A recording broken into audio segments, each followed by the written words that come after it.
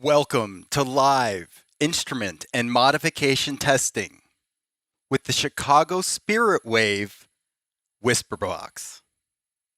I have the distinct honor and privilege of showcasing the Chicago Spiritwave Whisper Box with you right now. My name is Joshua Sean. Welcome to Zero G ITC. We are streaming live right now to YouTube, Facebook, Twitch, and Kick.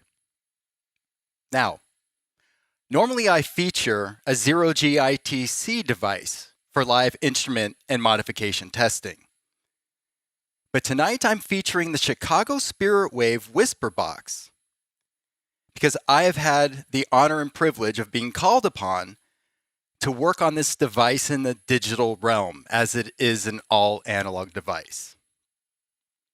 Now, permit me to give you some backstory and history with this.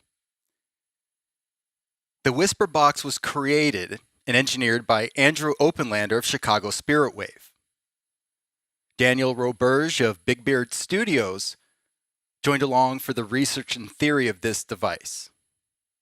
There were only two created, and the one that's sitting behind me might be the only one left in existence. Now, my friend and colleague Matthew Jackson of ObscuraVox, ITC Voices, and Paraholics was fortunate enough to obtain this one-of-one now Whisper Box. He has been using it as an analog device.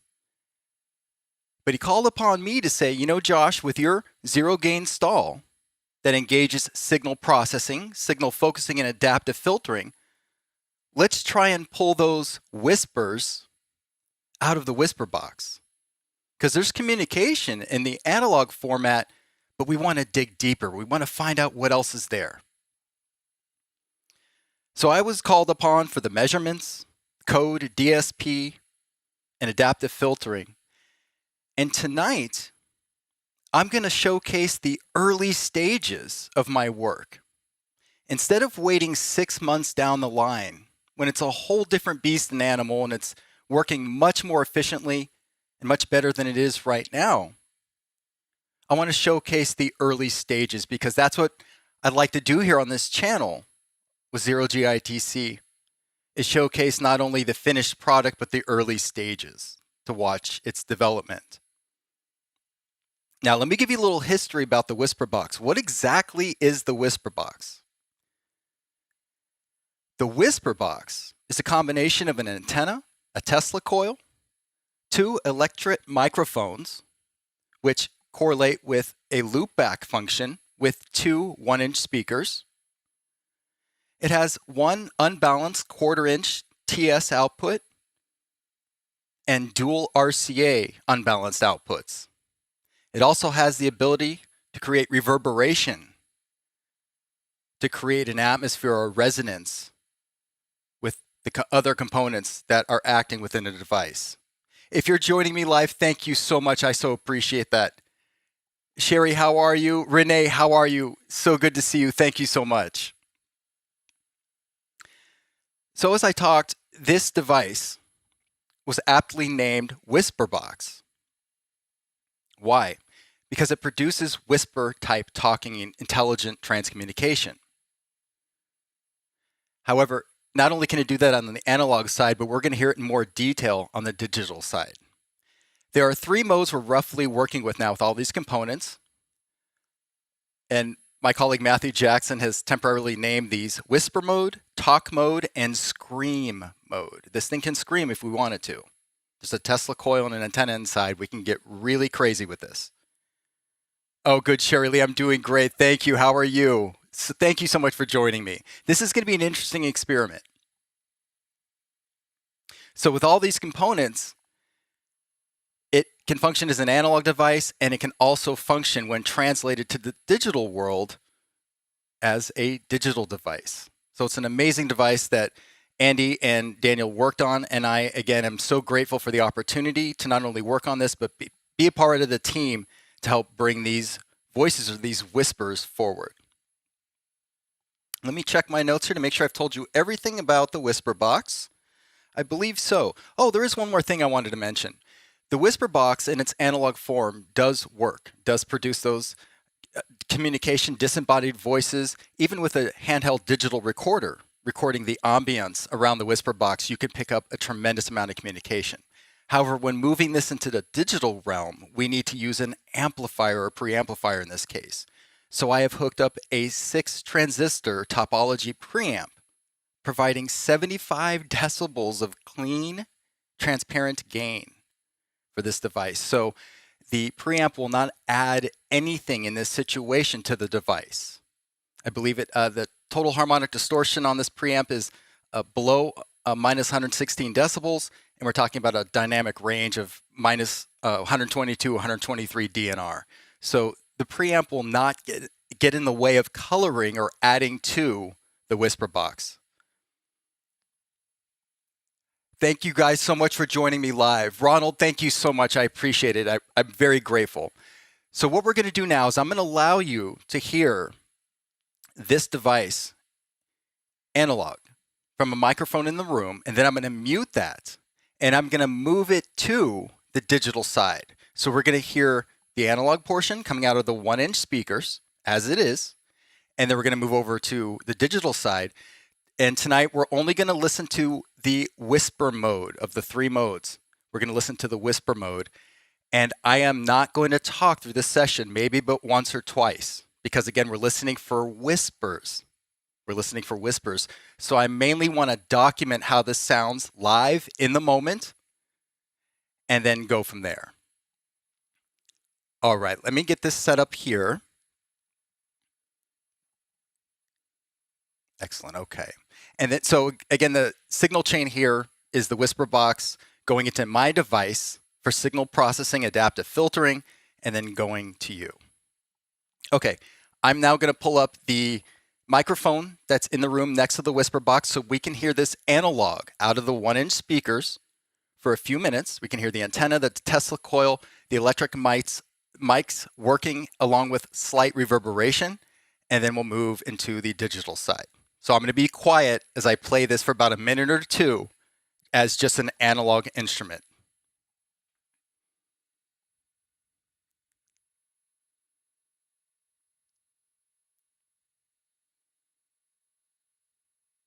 All right, this is the Whisper Box analog without going through a digital signal path or my processing. Here we go.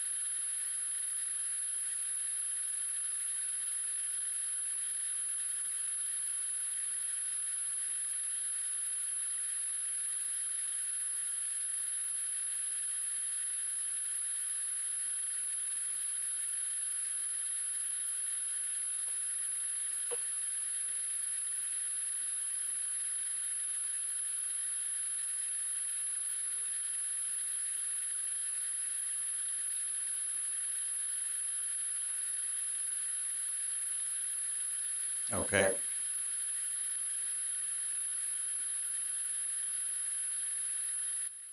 me lower the room mic a little bit. There was going to be some feedback there, but when you're in the room with this and you have this sound and ambience and resonance that the Whisper Box is creating, it's really magnificent. You hear disembodied voices within the room, and so many of them are loud whispers.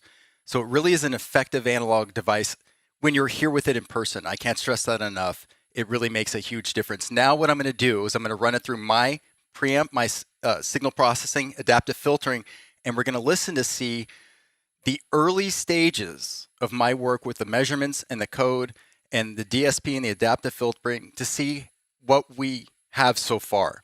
Now, I have to tell you, I've played this for about a few minutes yesterday, and I was so excited I contacted my colleague, and it has to be shipped back to him very soon for an investigation. He said, go live with it. I said, what?